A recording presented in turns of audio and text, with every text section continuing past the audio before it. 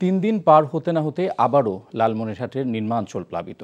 তবে আজ কমতে শুরু করেছে তিস্তার পানি প্রবাহ স্বাভাবিক রাখতে ব্যারেজের ৪৪টি জলকপাট খুলে রাখা হয়েছে। আরও দুদিন তিস্তার পানির হ্রাস বৃদ্ধি অব্যাহত থাকবে বলে জানিয়েছে কর্তৃপক্ষ।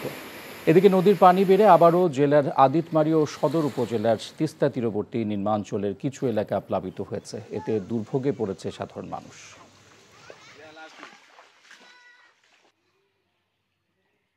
এখন বাড়ি ঘরে পানি উঠছে, পাকশাক করার কোনো বুদ্ধি নেই।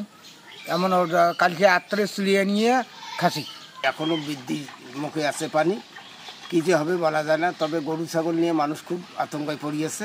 ৪০০ মেট্রিক টন চালের ব্যবস্থা করেছি, ৭০০ বস্তার উপরে শুকনো খাবারের ব্যবস্থা করেছি।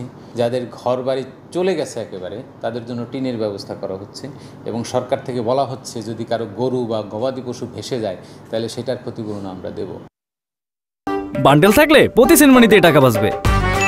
বিকাশ সেনমানি বান্ডেল কিনে জিতুন প্রতি লেনদেনে।